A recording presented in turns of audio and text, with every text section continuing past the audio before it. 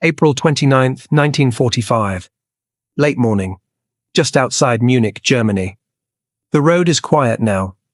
Not the kind of quiet that follows victory, but the kind that settles after something has already gone wrong. The column of American soldiers slows as it approaches a set of iron gates. The engines idle. Boots hit the ground. Rifles are held low, not raised. No one is shouting. For a moment, no one speaks at all. The gates are already open. Beyond them, the air feels different. Still. Heavy. As if sound itself has learned not to travel here. A faint smell lingers indistinct at first, then impossible to ignore. It is not gunpowder. Not fuel. Something older. Something final. The men step forward cautiously, unsure of what they are entering because nothing about this looks like a battlefield. No trenches. No wrecked armor. No resistance. Just rows of low buildings. Barbed wire. Watchtowers standing idle against an overcast sky. These soldiers had been briefed for another objective. Secure the area, clear remaining enemy forces. Move on. They had done this before, dozens of times across France and into Germany. The war by now was visibly collapsing. This was supposed to be routine. Instead, the first thing they notice is the silence. No civilians rushing forward. No white flags. No distant fire. Only figures moving slowly in the distance, too thin, too hesitant, too quiet. At first, they seem unreal, like shadows drifting between buildings. One soldier takes a step forward, then stops. Another removes his helmet without realizing he has done it. The men begin to spread out instinctively, not tactically. No orders are given. None seem necessary. They are moving not as a unit, but as individuals drawn forward by something they do not yet understand. Inside the gate, the scale becomes clearer. Barracks stretch farther than expected. Fences intersect the space in deliberate patterns. The architecture is functional, repetitive, designed for control rather than shelter. Nothing here is accidental. A few American soldiers exchange brief glances, not questions, more like confirmation that they are all seeing the same thing. The figures ahead resolve into people. They are wearing striped uniforms. Many are barefoot. Some lean against walls as if standing upright requires effort. When they notice the Americans, they do not cheer. They do not run. Some simply stare.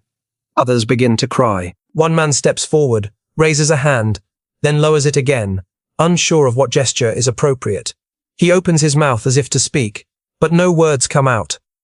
You can almost feel the hesitation in the air at the moment where two worlds meet without a shared language. The soldiers try to respond the only way they know how. A nod, a quiet word, a canteen offered, then gently taken back when a medic intervenes. Even help, here, has to be careful. As they move deeper into the camp, details emerge slowly, unwillingly. The barracks are overcrowded. The ground is worn down to hard earth by constant foot traffic. Personal items, shoes, bowls, scraps of cloth, are scattered where they were dropped, not lost. Nothing here suggests sudden chaos. Everything suggests routine. This place functioned.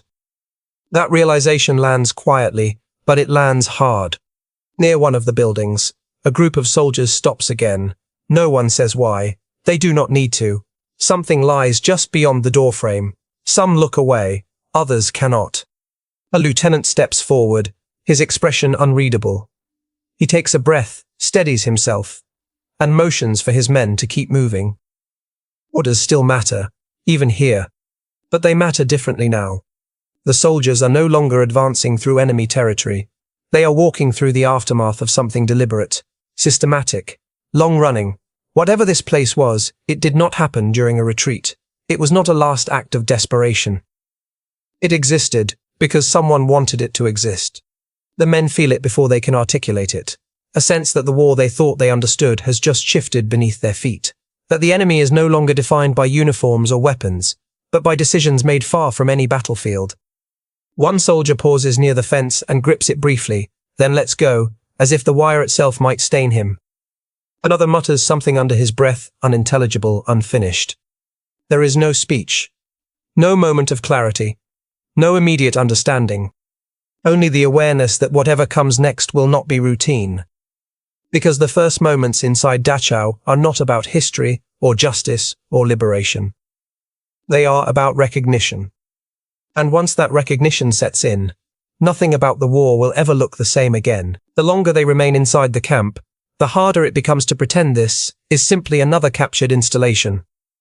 American soldiers begin to notice patterns. The barracks are not temporary. They are solid, permanent structures built to last. The fences are layered, reinforced, designed not to keep people out, but to keep them in. The watchtowers are positioned with clear lines of sight, overlapping fields of observation. This place was engineered. That understanding changes how the men move. They slow down. Not out of caution, but out of weight. Every step feels heavier than the last. Conversations are reduced to brief exchanges, questions asked quietly, answers given even more softly. No one wants to speak too loudly here. A medic kneels beside a prisoner who has collapsed near the road. The man's body is alarmingly light. His skin clings to bone in ways the soldiers have never seen outside of field hospitals. The medic reaches for his kit, then hesitates, calling for help instead. This is not a wound he recognizes, not something caused by shrapnel or bullets. Nearby, another group of prisoners gathers slowly, unsure whether they are allowed to approach. They move carefully, as if sudden motion might still bring punishment. One points toward a building at the far end of the compound. He speaks rapidly in a language the soldiers do not understand. But the meaning is clear enough. The soldiers follow. Inside the building, the air is colder. The light is dimmer. The floor is worn smooth by countless footsteps. The walls are bare, stripped of anything that might suggest comfort or individuality. Here, the realization sharpens. This was not a holding area for prisoners of war. This was not a temporary camp for displaced civilians. This was something else entirely. An officer begins to take notes, his handwriting tight and precise. He does not narrate what he sees. He does not need to. He understands that this place will require records, facts that can be carried upward, outward, preserved beyond memory. A few enlisted men stand nearby, silent, watching him write. It feels inadequate. Necessary, but inadequate. As they continue through the camp, evidence accumulates not in dramatic bursts, but in steady, relentless detail. Facilities built for scale, systems designed to process human beings as units. Areas marked not for names, but for numbers. One soldier stops in front of a stack of clothing, shoes, mostly. Thousands of them, mismatched, worn thin. He reaches down, picks one up, turns it over in his hands. The sole is nearly gone. Whoever wore this walked a long way before stopping. He sets it back carefully, exactly where he found it. The war until now had been defined by movement, front lines shifting, cities changing hands, enemy units retreating. This place represents the opposite: stagnation, confinement. Time measured not in days or campaigns, but in endurance. That realization unsettles the men more than any battlefield ever had. Because on the battlefield, suffering has a direction, an objective, a beginning and an end. Here, suffering was the objective. Outside, more soldiers arrive. News travels quickly through the unit. Faces harden as understanding spreads. Some men clench their jaws. Others stare straight ahead, refusing to let their eyes drift. An officer gathers his platoon and speaks briefly. His voice is controlled, professional. He tells them to remain disciplined, to follow orders, to remember who they are. The reminder is necessary, because anger is beginning to surface, not explosive, not loud, but deep and focused. It has nowhere to go yet, no clear target. The guards who once controlled this place are no longer visible. The enemy is absent, replaced by evidence. That absence creates tension. Some soldiers ask quietly where the guards are now. Others do not ask at all, but the question hangs in the air regardless. If this place functioned, then someone made it function. Someone enforced the rules. Someone watched. The realization is no longer abstract. It is personal. The prisoners continue to watch the Americans closely. Some seem relieved. Others remain wary, uncertain whether this is truly the end. Years of learned caution do not disappear in a single morning. One man gestures toward his striped uniform, then toward the American flag patch on a soldier's sleeve. He nods slowly, as if confirming something to himself. The soldier nods back, unsure what else to do. By now, the camp no longer feels empty, despite the silence. It feels crowded, with memory, with absence, with questions that do not yet have answers. The men understand they are no longer just witnesses. They are now responsible for what happens next. And as that responsibility settles in, another realization follows close behind one that will shape the hours to come. Discovering Dachau was only the beginning. What mattered now was how they would respond to it. Responsibility arrives quietly, not as an order barked down a chain of command, but as a pressure that settles into every decision the soldiers now have to make. The camp is secure. No shots are being fired. No enemy units are advancing. And yet, this is the most unstable situation they have faced in months. Officers begin to reorganize their units inside the perimeter. Guards are posted. Medics are reassigned. Rations are inventoried and then inventoried again, as commanders realize that feeding thousands of starving people is not as simple as handing out food. Too much, too fast, could be lethal. Every action has consequences here. A captain gathers his platoon near one of the barracks. He speaks slowly, choosing his words with care. He reminds them that they are soldiers of the United States Army, that they are here to restore order, not abandon it, that what they do in the next few hours will matter long after the war ends. No one argues. But several men avoid eye contact. Because the responsibility is not only logistical, it is moral, and it is heavy. As patrols move deeper into the camp, they begin to encounter areas the prisoners had avoided until now. Spaces marked by fear rather than fences. Buildings that even the survivors approach hesitantly, as if the rules that govern them might still apply. Inside one structure, an officer stops short. He raises a hand, signaling his men to wait. He steps forward alone, scans the room, then steps back out without a word. His silence says enough. The soldiers do not press him. They have learned in the past hour that some things do not require explanation to be understood. Outside, a small group of prisoners watches the Americans closely. One of them begins to speak, slowly, carefully, using a mixture of broken English and gestures. He points to different areas of the camp, marking out a geography of suffering, where people slept, where they were punished, where they disappeared. The soldiers listen. This is no longer reconnaissance. It is testimony. An intelligence officer begins taking notes again, this time with greater urgency. Names are asked for, dates, numbers.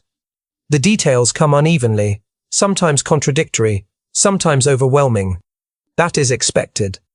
What is not expected is how personal it feels. A sergeant who has fought from Normandy to Germany finds himself struggling to maintain his composure as he listens.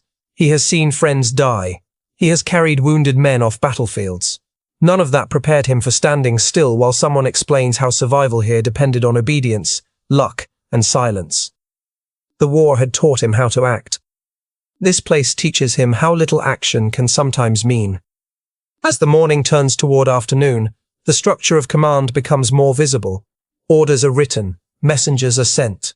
Higher headquarters is notified. Word spreads quickly beyond the camp itself. Dachau is not just another objective.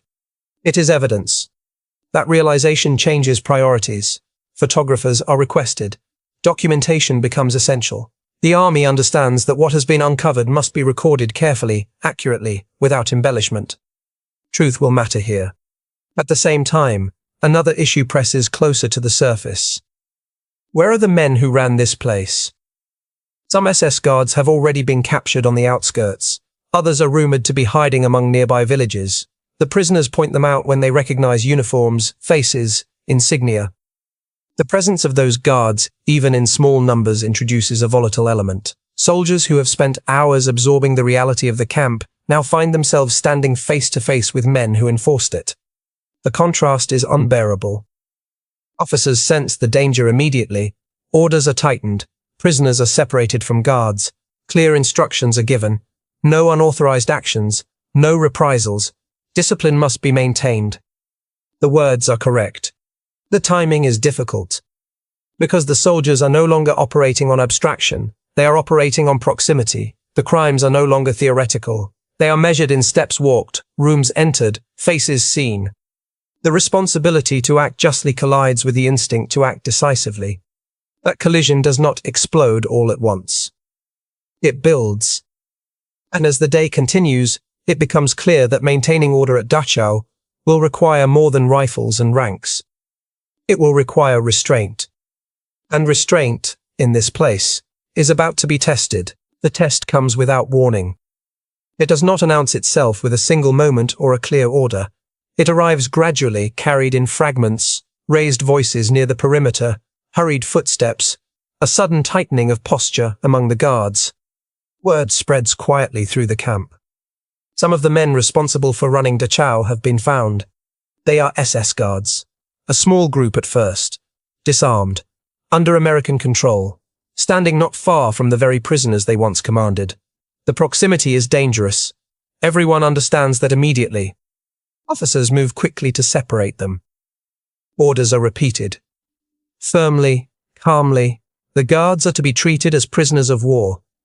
They are to be secured, questioned later, transferred up the chain of command.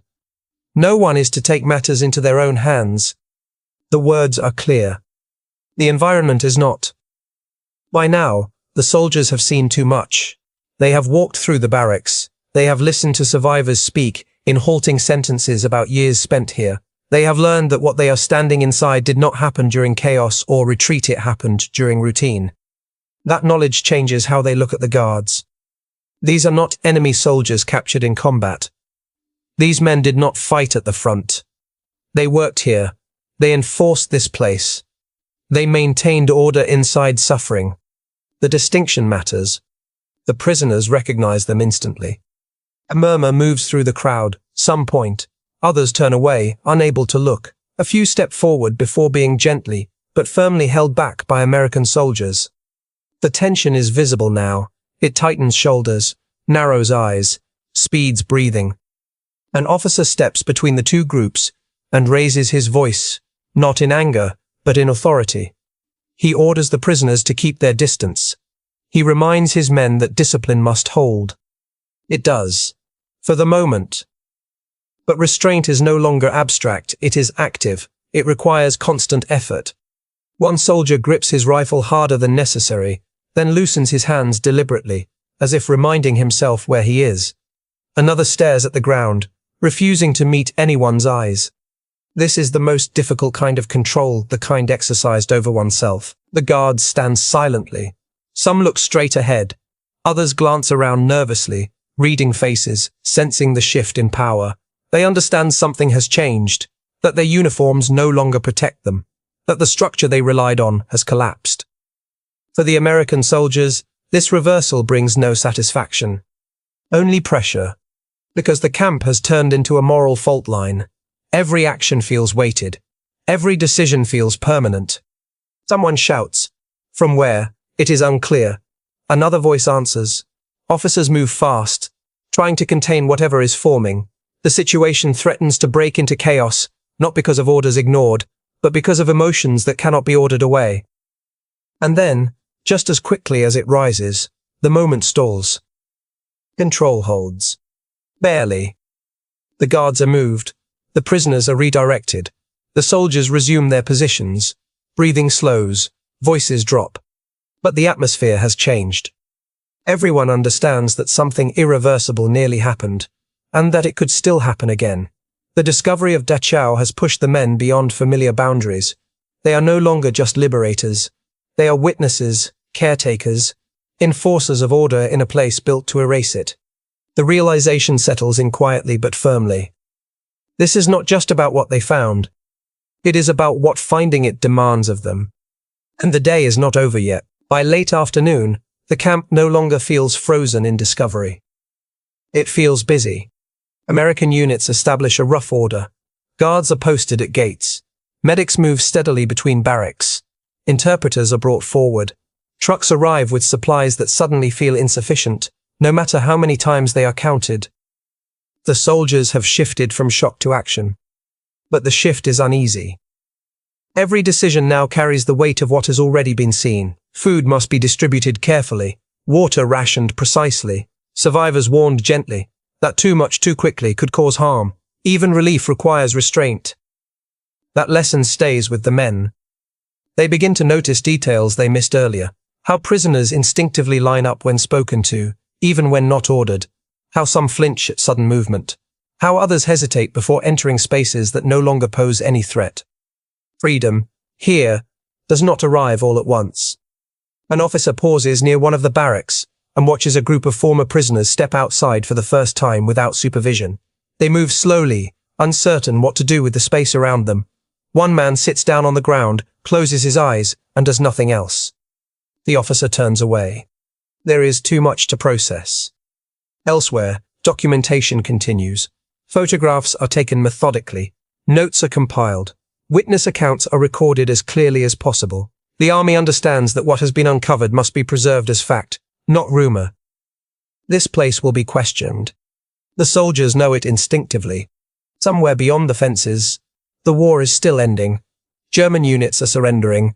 Front lines are collapsing. But inside Dachau, time has stalled. The men here are no longer measuring progress in miles gained or objectives secured. They are measuring it in breaths taken. Steps walked. People stabilized.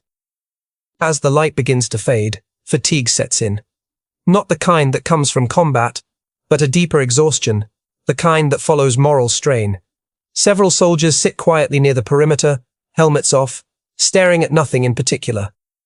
No one speaks about what nearly happened earlier. They do not need to. What matters now is that it did not happen. That restraint held, even when it was tested. That order, however fragile, remained intact. But restraint has a cost.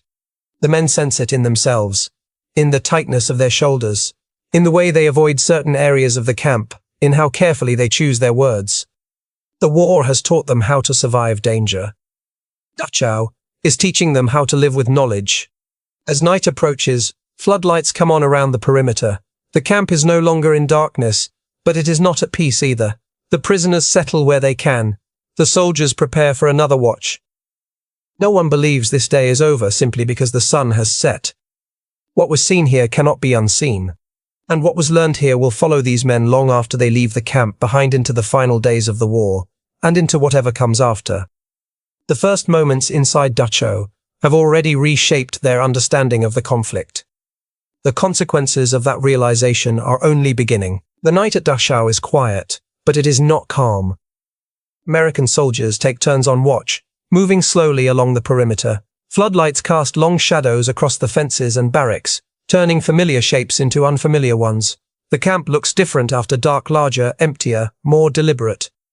Sleep comes in fragments. Those who lie down do so fully clothed, boots still on, rifles within reach. Some stare upward, eyes open, replaying the day in their minds. Others drift off briefly, only to wake again without knowing why. The war has not ended yet. But for these men, something else already has.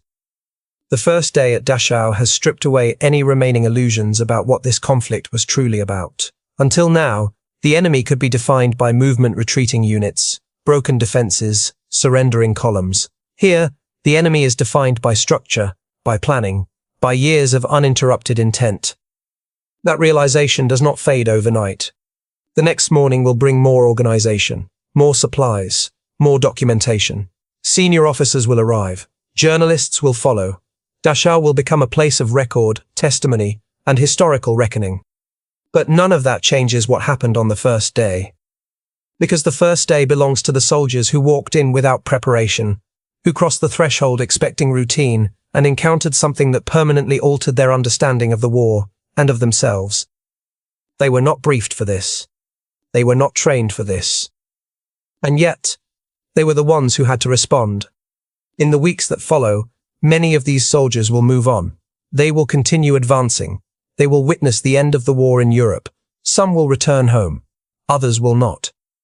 But Dachau will travel with them, not as a story they eagerly tell, but as a reference point, a moment when the meaning of victory became more complicated, when the responsibility of being on the right side of history became heavier, not lighter. For historians, Dachau is a symbol. For the men who first entered it, Dachau was a moment. A moment when silence spoke louder than gunfire. A moment when restraint mattered as much as courage. A moment when the war revealed its deepest truth, not on a battlefield, but behind open gates. What American soldiers saw when they first entered Dachau was not just evidence of crimes committed by others. It was a test of who they were going to be, standing at the end of a war that had demanded everything from them. That test did not come with answers. Only responsibility.